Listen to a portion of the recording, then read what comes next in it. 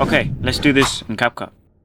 Okay, now you get your clip, you drag it onto the timeline, and then it looks nice. And then you can of course change the ratio. I'm gonna change my ratio to 9:16, and then you get the background. I use a white background for this one, and then you can just drag this entire thing to fill up the entire background. Okay, I'm going to resize my clip. You can resize yours to whatever you want. And then I drag in the text into the timeline, and then I change up the color, and of course I'm gonna change my font. You can change to whatever font you want, and then I just put in the right position. Okay, so I duplicate my text so I can make my second text, which is to Zendex, and then I'll change the position of the text and then put it in the bottom right.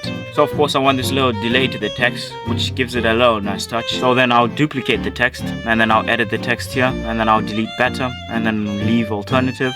I'll line the alternative up with the other one because it's there, and then I'll go into the other text and then remove alternative and then leave better, and then I drag the better into its position and then line it up, and then I do the same thing to the second text. So first I put this 2, and then I put the Zendex second, and then of course I'll line this up perfectly. Sorry for the lag, school laptop.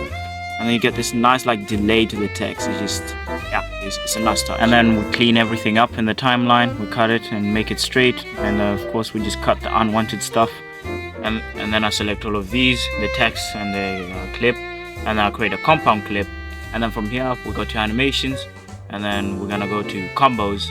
And from here we can choose any animation we want. I'm gonna choose angle 2, and that'll give us a nice tilt effect with the text. Now you can see it zooms in at the end of the clip.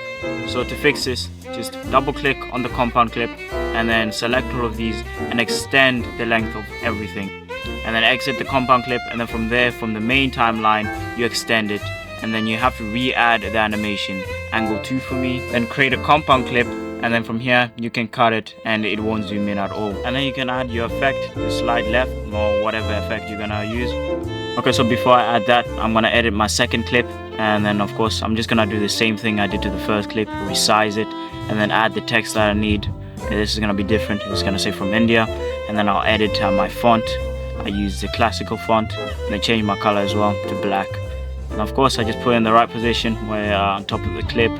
And then of course I want to add that delay to the text, so I duplicate the text, and then I will cut India from here, and then I'll just leave from, and of course put in the right position. And I do the same thing to the other one, to the other text, remove from and leave India.